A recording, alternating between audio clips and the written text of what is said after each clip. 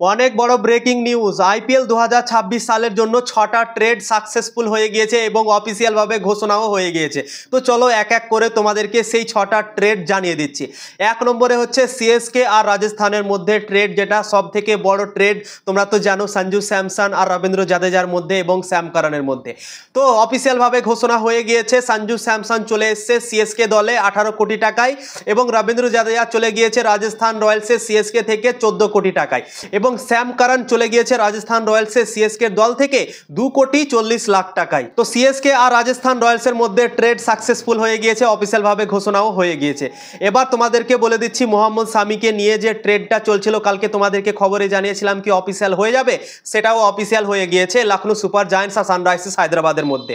তো মোহাম্মদ শামি সানরাইজার্স হায়দ্রাবাদ থেকে চলে গিয়েছে লখনউ সুপার জায়ান্টসে 10 কোটি টাকার ক্যাশ ডিলে। তো এটাও কনফার্ম হয়ে গিয়েছে, অফিসিয়াল ঘোষণা হয়ে গিয়েছে। 3 নম্বর ট্রেডে সবাইকে অবাক করে দিয়েছে, যেটা কেউ ভাবেনি, আলোচনাও করেনি, সেটাই হয়ে গিয়েছে ভাই। নীতিশ রানা চলে গিয়েছে রাজস্থান রয়্যালস থেকে দিল্লি ক্যাপিটালসে 4 কোটি 20 লাখ টাকায়। নীতিশ রানাকে আইপিএল 2025 সালে নিয়েছিল রাজস্থান রয়্যালস 4 কোটি 20 লাখ টাকায় এবং সেই ক্যাশ ডিলে নীতিশ রানা চলে গিয়েছে রাজস্থান রয়্যালস থেকে দিল্লি ক্যাপিটালসে। এই ট্রেডটা কেউ এক্সপেক্টই করেনি এবং সবাইকে অবাক করে নীতিশ রানা রাজস্থান রয়্যালস থেকে চলে গিয়েছে দিল্লি ক্যাপিটালসে আইপিএল 2026 সালের জন্য। 4 নম্বর ট্রেড রাজস্থান রয়্যালস আর দিল্লি ক্যাপিটালসের মধ্যে সাকসেসফুল হয়ে গিয়েছে ভাই।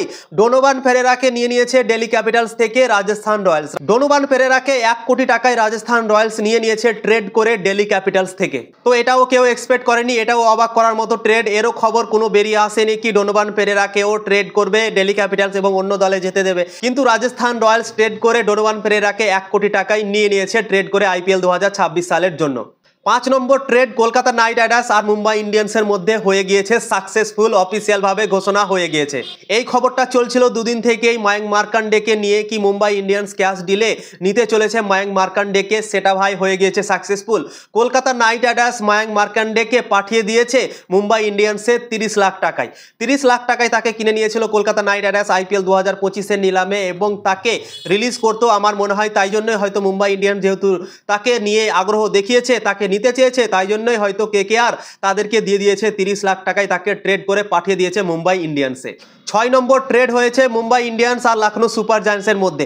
এই খবরটাও তোমাদেরকে জানিয়েছিলাম কি অর্জুন টেন্ডুলকার যেতে পারে লখনউ সুপার জায়ান্টসে, লখনউ সুপার জায়ান্টস থেকে আসতে পারে শার্দুল ঠাকুর, কিন্তু শার্দুল ঠাকুরকে ক্যাশ ডিলে নিয়েছিল লখনউ সুপার জায়ান্টস থেকে, কিন্তু অর্জুন টেন্ডুলকারকে মুম্বাই ইন্ডিয়ান্স থেকে ট্রেড করে নিয়ে নিয়েছে Lucknow Super giants cash delay মাত্র 30 লাখ টাকায়। 30 লাখ টাকায় তাকে বেস্ট প্রাইজে কিনেছিল মুম্বাই ইন্ডিয়ান্স আইপিএল 2025-এর নিলামে এবং সেই বেস্ট প্রাইজে তাকে নিয়ে নিয়েছে Lucknow Super giants Mumbai Indians থেকে ট্রেড করে আইপিএল 2026 সালের জন্য। তো এই 6টা ট্রেড একদম সাকসেসফুল হয়ে গিয়েছে আইপিএল 2026 সালের জন্য। আর তো ভিডিও যদি ভালো লেগে থাকে অবশ্যই লাইক শেয়ার করে দেবে।